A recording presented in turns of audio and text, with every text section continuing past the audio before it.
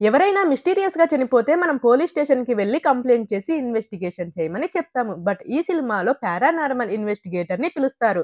Paranormal investigator అంటే ghost Hunter అని అర్థం.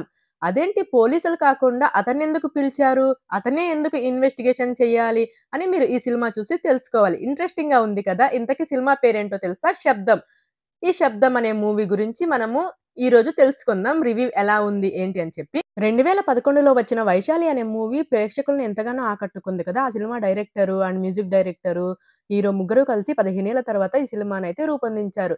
ఇంతకీ ఈ సినిమా ఎలా ఉంది, ఏంటి అని తెలుసుకునే ముందు నా ఛానల్ గనక ఎవరైనా ఫస్ట్ టైమ్ చూస్తున్నట్టయితే సబ్స్క్రైబ్ చేసుకోండి. స్టోరీ ప్లాట్ ఏంటంటే, మున్నార్‌లో హోలీ ఏంజిల్స్ అనే పెద్ద మెడికల్ కాలేజ్ ఉంటది. అక్కడ మిస్టీరియస్‌గా కొంతమంది చనిపోతూ ఉంటారనమాట.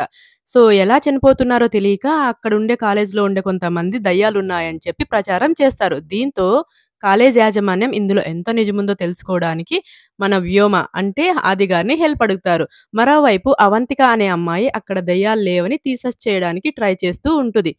ఈ క్రమంలో వారికి చాలా సమస్యలైతే ఎదురవుతాయి. అవంతిక ప్రవర్తన కూడా మారుతుంది.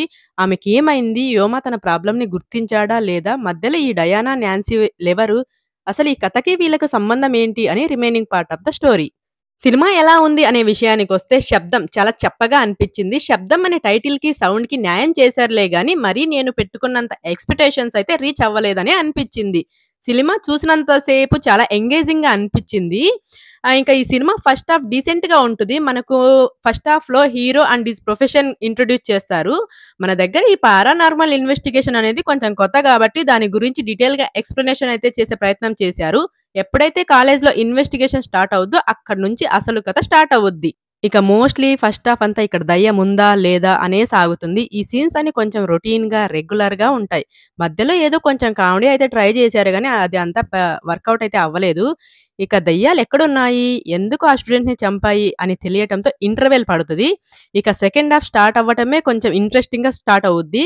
అసలు ఆ దెయ్యాలు ఎక్కడి నుంచొచ్చాయి? వాటికి ఏం కావాలి? అని వెంటనే రివీల్ చేయకుండా ఒక్కొక్క పాయింట్ చిక్కుముడిలాగా ఇప్పుతూ వస్తారు. సో, ప్రీ క్లైమాక్స్ వరకు సినిమా చాలా ఇంట్రెస్టింగ్‌గా సాగుతుంది. బట్ క్లైమాక్స్ అయితే చాలా రొటీన్‌గా అనిపిస్తది. విలన్ రివీల్ తేలిపోద్దనమాట. మామూలుగా హారర్ మూవీస్‌లో ఒక ఫార్ములా ఉంటది.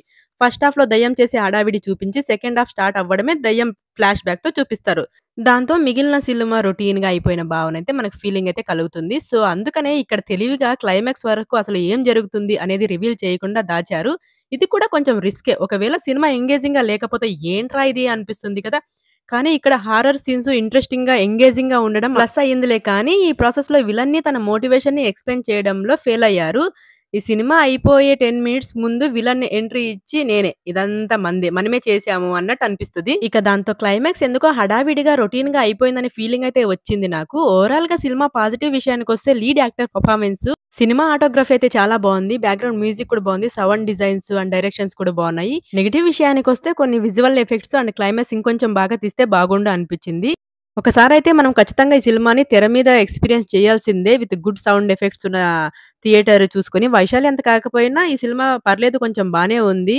ఫ్యామిలీతో చూడొచ్చు. అడల్ట్ కంటెంట్ ఏమి లేదు. ఇంతకు ముందే మీరు సినిమా చూసి ఉన్నట్టయితే కామెంట్ చేయండి మీకెలా అనిపిచ్చిందో.